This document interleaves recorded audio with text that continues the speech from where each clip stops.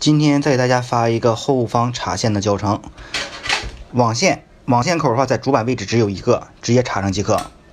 然后找到键盘，直接随便 USB 口，只要是能插上的，全部往里插，任何一个都 OK。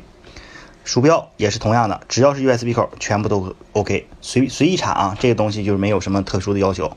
然后电源线也是只有一个接口，最下方或者是最上方。这个线着重说一下啊，这条是显示器的 HDMI 高清数据线，在你有独立显卡的时候，一定要插在独立显卡的位置，在中间位置横向的这个位置，千万不要去插在集成主板那个接口。插上以后，你开机以后，显示器是没有信号进入的，会显示无信号，但是主机显示正常工作。我们一定要插在下方的 HDMI 高清接口上面，插好以后你进行开机，完全没有问题。快手，拥抱每一种生活。